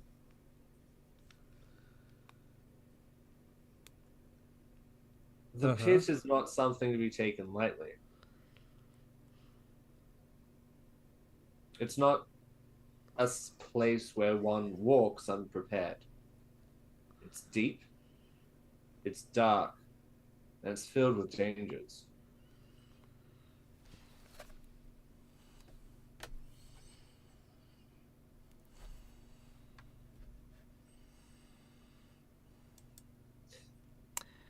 You're not planning on taking a visit, are you? All of the three of the Chertis, Adamar, and Arika, they all look at each other and then all look at Caleb. Caleb says, well, now that you mention it, actually, yes. After all, I mean, the pit is a public place, and if this danger and threat to the town is indeed as important as you all say, then I'm sure there's no problem in another group of adventurers trying to make sure that these 7 dooms don't arrive at Sandpoint.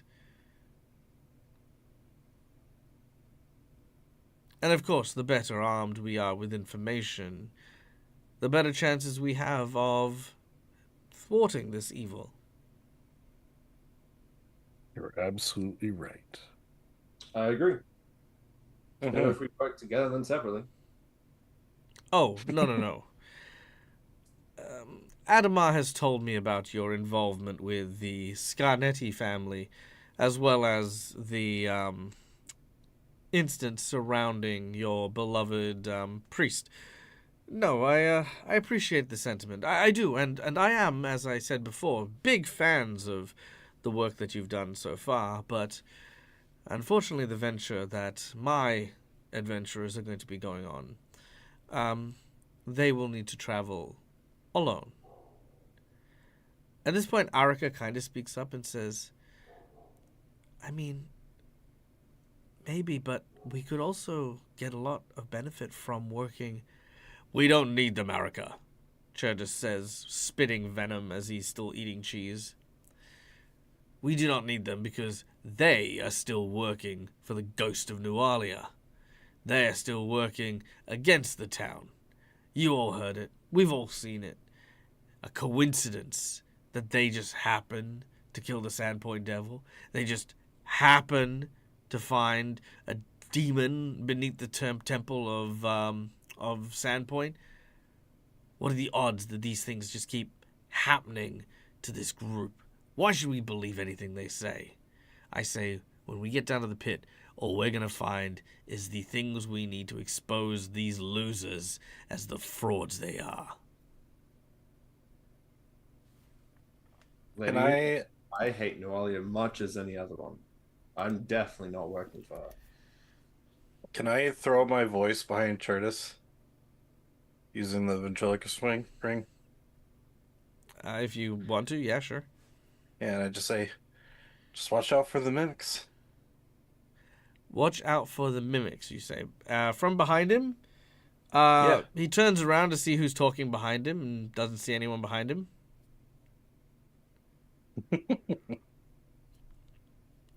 He turns back. He turns back and sees Peyton laughing and scowls at you even more.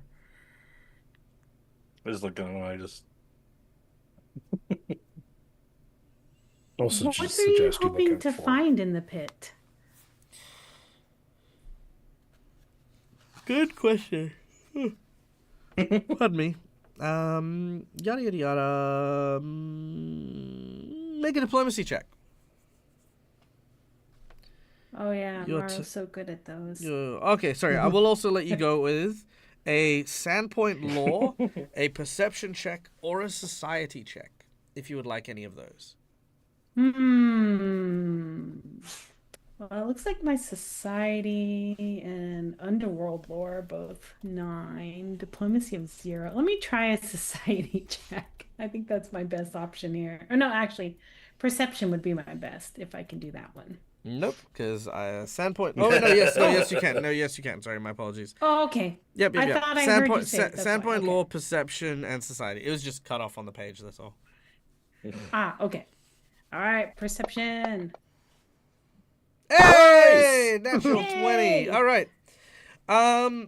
So at this point, your influence with Caleb has gone up by 2 steps. So, Ooh. Okay. he speaks to you deferentially. Despite his belief in social superiority over you and the others, the way he's been speaking, he actually does seem to be very plain with you. Your influence second. He is impressed by you, that you, through all of the stuff that you have done, and says, well, I can't tell you exactly what we're looking for.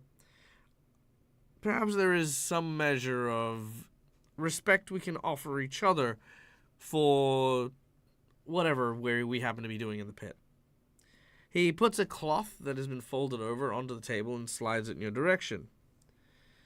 He says, if you want, this may help you on your journey. And inside, as Maro unfolds it, is a key made of bone. It is a skeleton key. Ooh. Oh, Oh, wait. It's just a mist. It still only opens one door. It's just a key made of skeleton. Nope, it is exactly that. So a skeleton key is a key that can open most non-magical locks and the like. Was there... Sorry, Avarin, was there something you wanted to say? Oh no, you guys covered it. Actually, I was going to chime in, and then it's all good.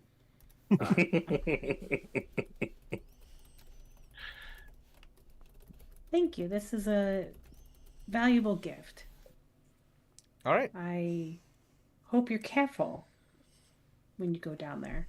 My understanding is that they've run into a lot of danger. I eat danger for breakfast. I'm sure you do. At this point, food comes out. Careful you don't cut yourself on that edge, my friend. He like sort of cuts the cheese with like his his knife again and just keeps eating. Yeah. He's like, I'm gonna stab this cheese and pretend it's you. Nice and malleable. Navander. Peyton.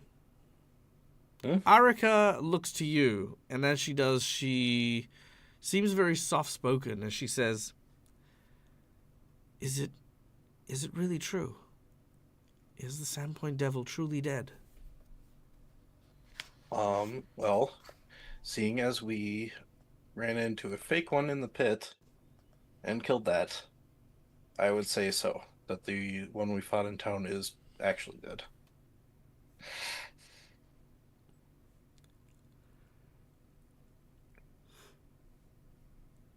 So you fought a fake one, but you're certain that that one's the real one? Yes. How do you know? Because there was a cult worshipping it, and it looked nothing like the one in town. So, which is more looked like the ones on the paintings.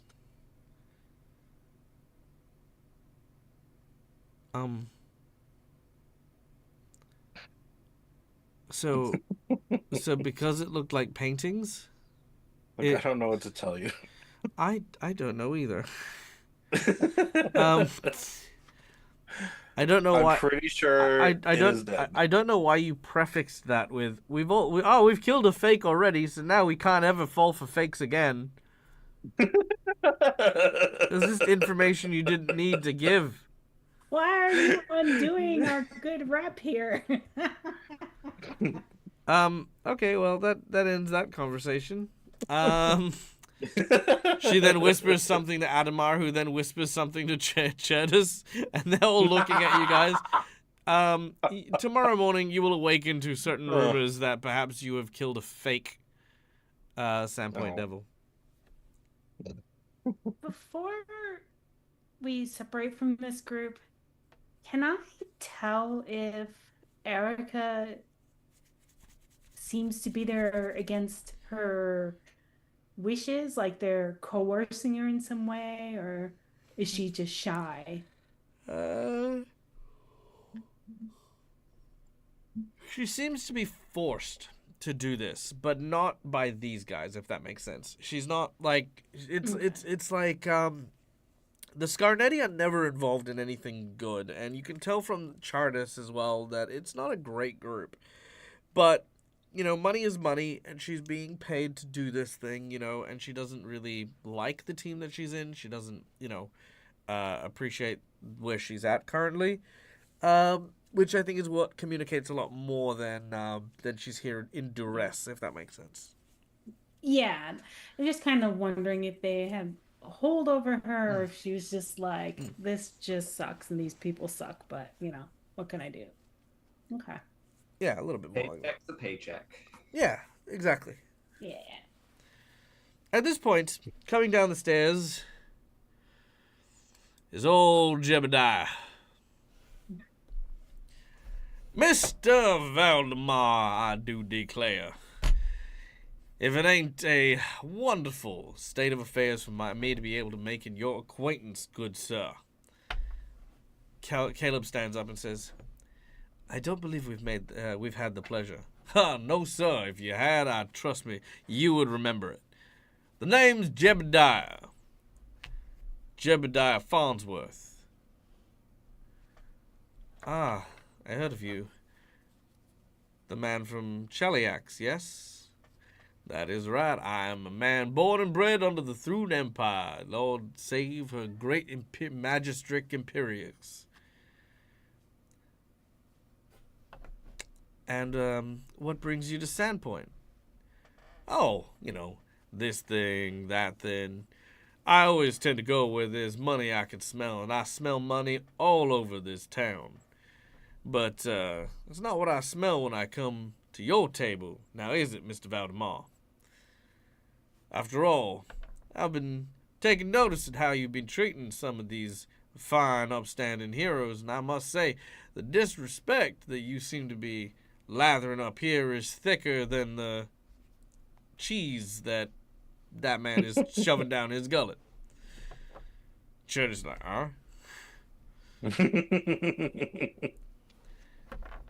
I don't think I care for what you're implying, Mr. Farnsworth. And we're having a private dinner. He leans forward and he says, well, it's a good thing for you, Mr. Valdemar, that I have settled your tab. So you and your compatriots can take up your stuff and make your way to that pit of yours. After all, you don't want to seem like everything you were suggesting just then about being better at exploring the pits than my companions is nothing but bluster now, do you? After all these fine people here have seen you proudly declare yourself to be more capable after all. And what kind of capable individual sits around drinking mead and eating cheese? Caleb sort of stands and looks. Then you watch as Adamar stands up and says, that's right. We're going to be heading out right now. We've got all the things we need. Good seeing all of you again. And, to the pit, where we shall protect this town from the upcoming dangers of Sandpoint. Thank you. Make sure you go past the Undertaker. You might need to get sizes. You hear a few people go, ooh, as they get up to leave. Erica looks like she wants to say something to Navander, but she will leave as well. Caleb, the last to leave, looks at Jebediah and says, you will not hear the last of this. I swear to you. If I were you, I would make sure that your stay in town is brief. And he walks off.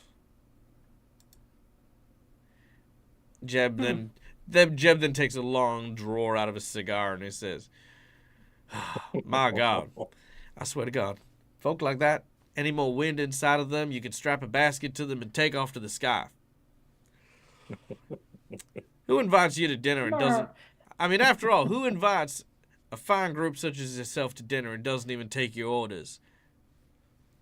Ma'am, can I get just a round of, let's say, 4 meads and a coffee and just a pick of everything, you know, like just like a little share platter first. Yeah, thank you, darling. Thank you, darling." Whoa. He says, "Now you sit here and you enjoy yourselves. I'll tell you what, you don't let folk like that define your value. Your value is all within yourselves. All right? You have a blessed day." He bites on his cigar again. And he Thank you. you know, moves over. He says, "Nah, I don't think about it." And as the fortune dragon walks up with like your drinks and stuff like that, he grabs like a big like sort of like coin purse and places it in between her breasts because her hands are full and stuff. And he turns. He says, "Keep the change, darling."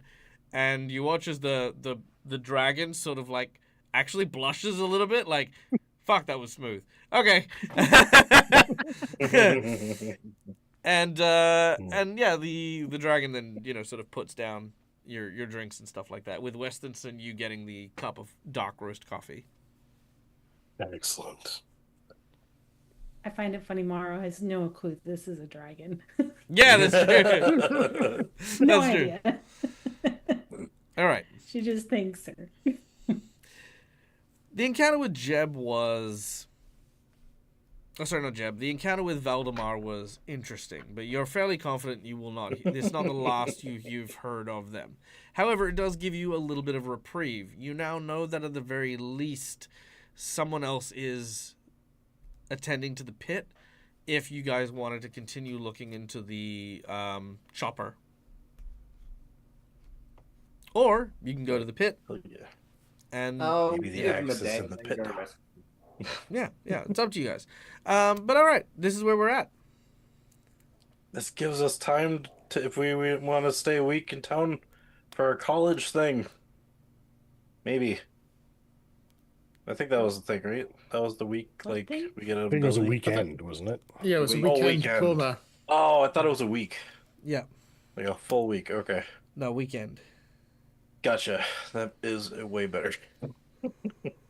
What's Skippy's range? Sorry, whose range? Oh, no. Oh, Skippy's range? Skippy. I feel like the same range as whatever gun you're firing him out of. I mean, his operational range. So if I put him on the table and asked him to do a task. Oh,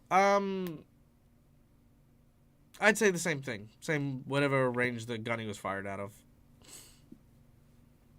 All right, because what I was going to do is going to ask him to go to keep an eye on this group. Probably isn't going to work. Yep. All right. In which case, I'll enjoy my coffee, look around the table, and go, what do you guys think?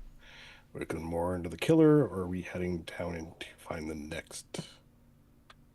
I feel sorry for that girl, to be honest. She looked a little bit out of her depth there, but... I am concerned about her as well. Yes. I mean, they're all out of their Really? depths, but there's only one of them I seem concerned about. The other Well, I gotta put... concern that Sandiro and I determined was that the axe was supposed to have been left on the island, and yet it was not there when we were there. So at the moment, I don't know where to look, unless you all know of people who collect macabre souvenirs who would be interested in the axe of a serial killer. Well, we know at least one.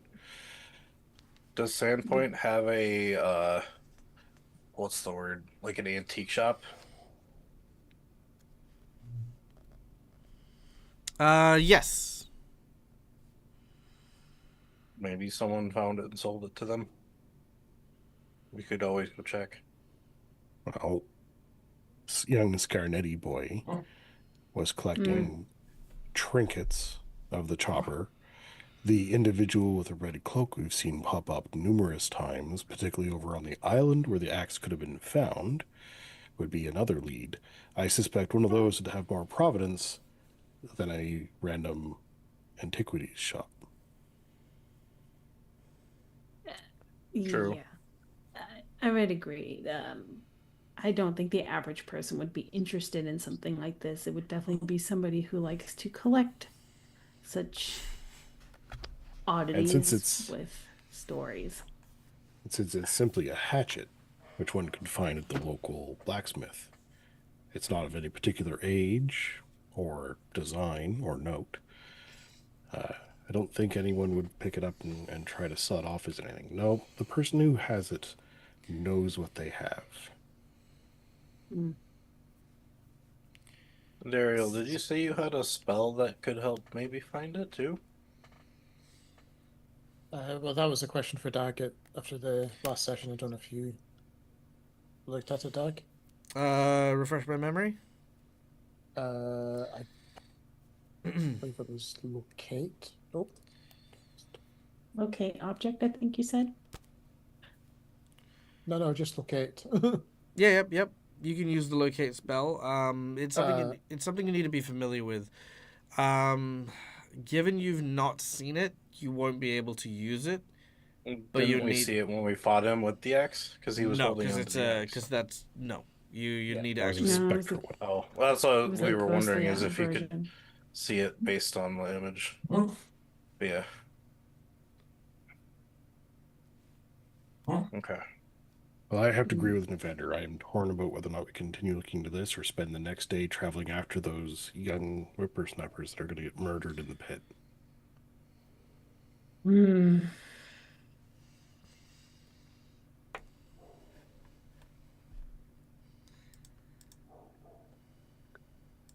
Well, we don't know where this red-cloaked person is. I have a And short we list can on hardly that, too. just tromp around in the Scarnetti mansion. As much as I do want to end this ghosts terrorizing. I actually do want to finish the ghost off because I'm a little worried about Misha.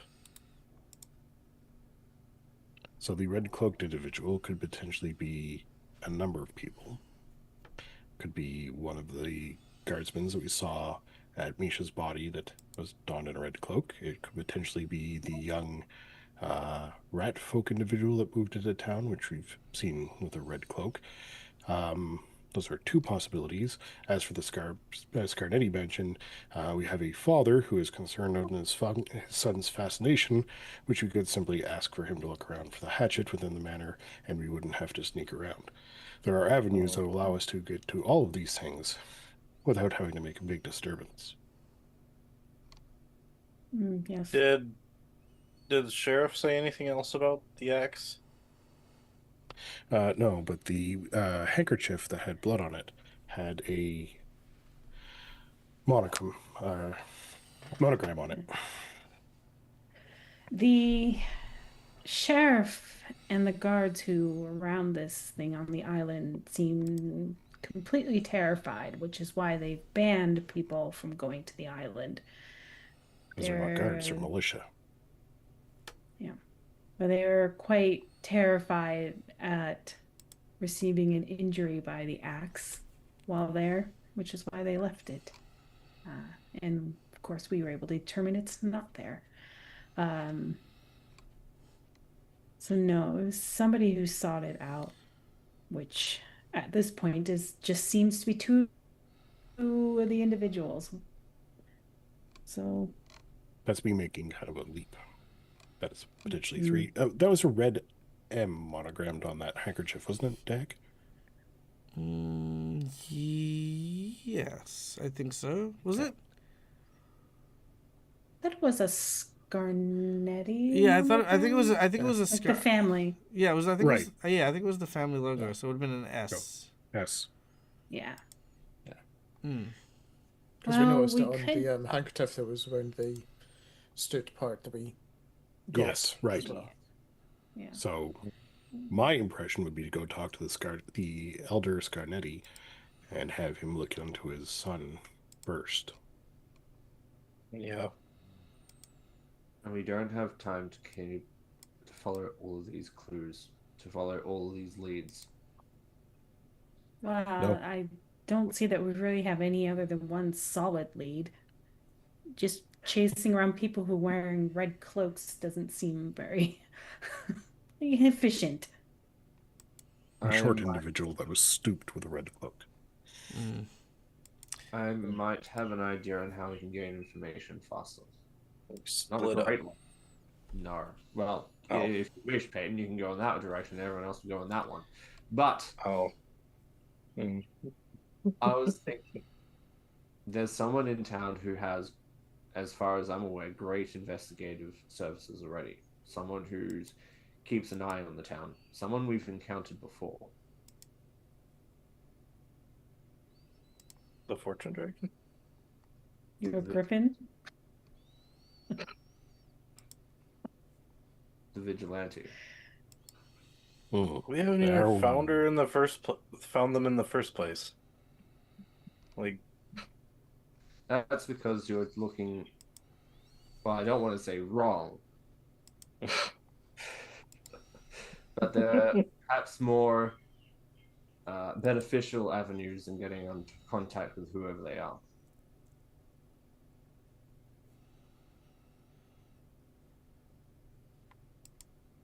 I don't know anything about this vigilante. There's a whole lot of this, Tamara. There's a whole lot. Yes. There's a lot happening.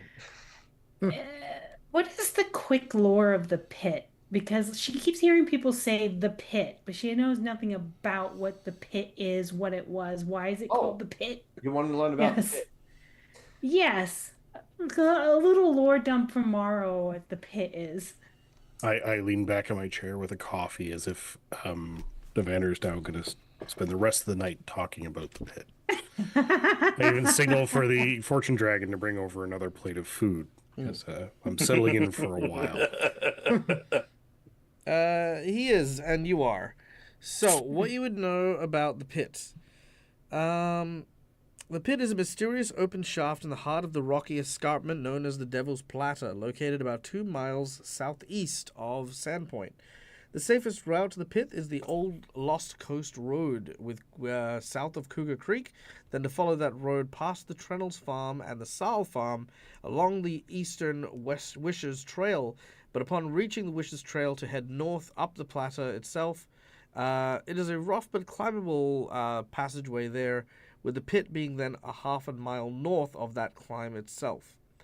It is 50 foot across, 50 foot down, at least visibly, with ledges at each of the increments as it continues downwards. Sources say that the Sandpoint Devil lives at the bottom of the pit, and adventurers used to regularly go down into that pit as well.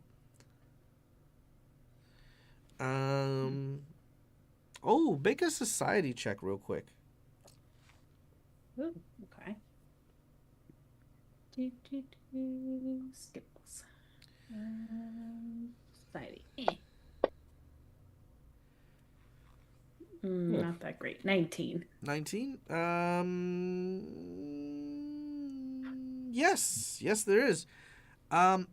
Wait, no, not you, because you're not here. What freaking?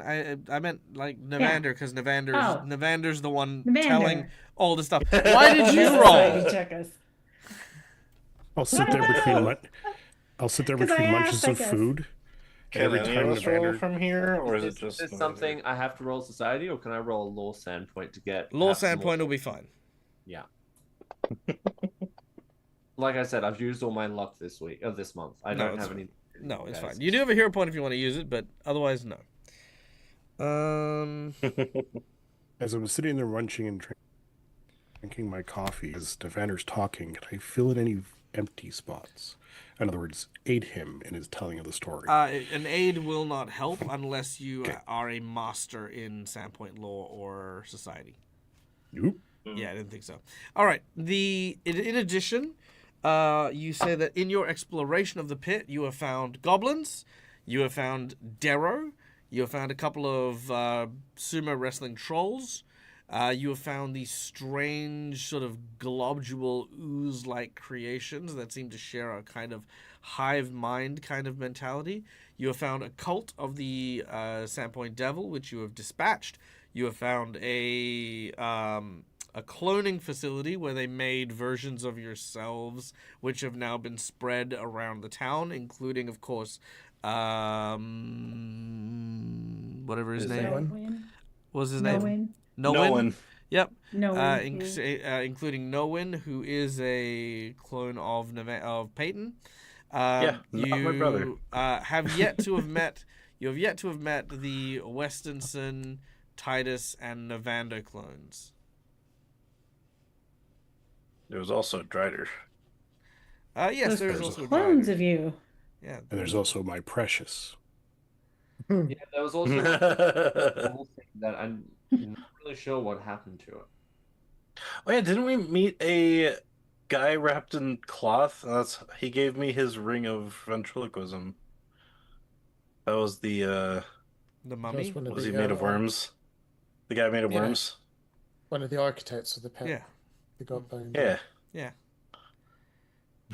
Like I said, we're more describing what's in the Okay. pit, not what we did. But yes, that is what. Yeah. Yeah. Yeah, that is all. Yeah, Mm. that is what you guys roughly they explain to Maro as this is in the pit. As the So what conversation did goes, you? Yeah. Oh, sorry. Go ahead. I was gonna say, as the conversation about the pit continues, I pull out the orb and slowly roll it around my hands. You took that, So didn't you? what?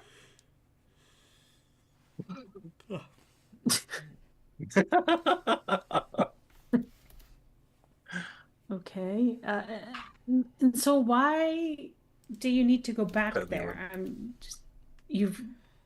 If it's known for housing the Sandpoint Devil and we've killed that, what else are you expecting to find in there? They explain More that there are. dooms? Yeah, they explain that they summoned the spirit of Nualia. The Nualia warned them of 7 dooms and a person in red who apparently is orchestrating the death of Sandpoint. There are 7 dooms, of which you have defeated technically 2.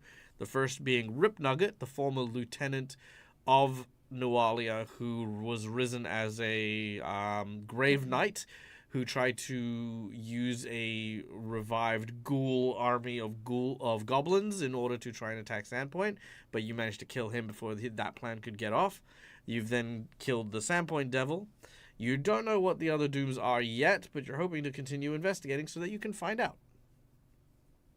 Okay. So pit seems to be where all the dooms are coming from. Got it. Okay. Well, you say this Possibly. as we pan away for the evening out into the streets of Sandpoint, where it is indeed starting to rain. Amongst the rain, a figure lurks and moves between several alleyways, going to the various rain barrels as they are freshly being filled. They seem to be dropping several drops of a bright white liquid that disperses into the rain barrels as they continue moving through the dark. Who this individual is and what they are doing, we shall find out next time, when we return to the 7 Dooms of Sandpoint. Thank you, everyone. I hope you guys had a good time. Yeah.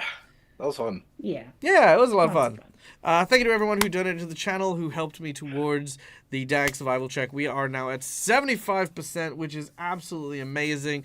Only a short amount left to go, and then we start our fundraiser towards the crossover event for September.